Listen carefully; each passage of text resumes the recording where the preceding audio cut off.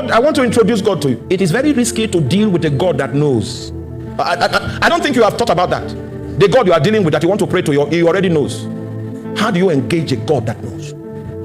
Before you talk about your financial inability, he knows.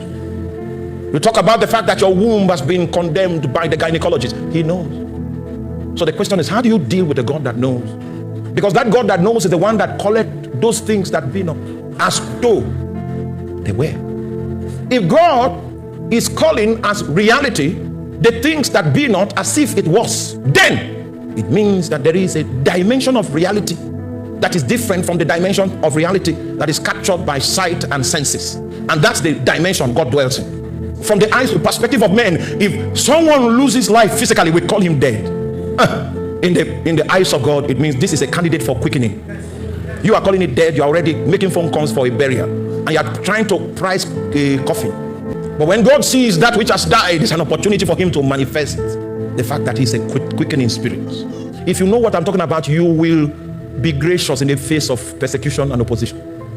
You will know that the reason why you are an object of persecution, you are an object of scorn, is because you are living in another time dimension. So if you say you are not of this world, it is true. Because the things that you have seen, no man born of woman has looked upon it. And if it happens to be that you are the only witness of those things that you have seen, you'll be a strange Lord, considered a strange Lord in your time. I was checking Facebook, and I found out there are 5 times on Facebook that preachers of the gospel, saved by grace, have called me mad, looked upon me, and what they could make of me was what? A madman. I know when I'm gathered with my righteous ancestors to the heavens, people will sing my name on the street. I know that.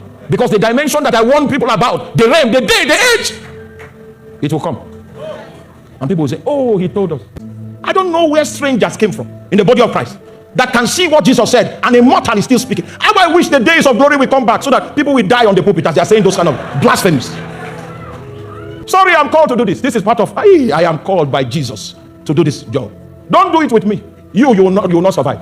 You will be arrested. But I cannot be arrested, because Jesus sent me. The man that will attempt to arrest me, he will not see breath in the morning. I promise you. I promise you. He will not see breath in the morning. I dance to the beat of a different drummer, and I pledge my allegiance to a different flag. There is a different sound I hear, and my allegiance is to the one that makes that sound. Though our generation might be falling, such as hear that sound will be standing erect.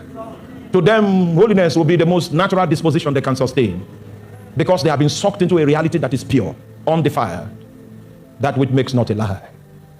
I have seen the glory of God.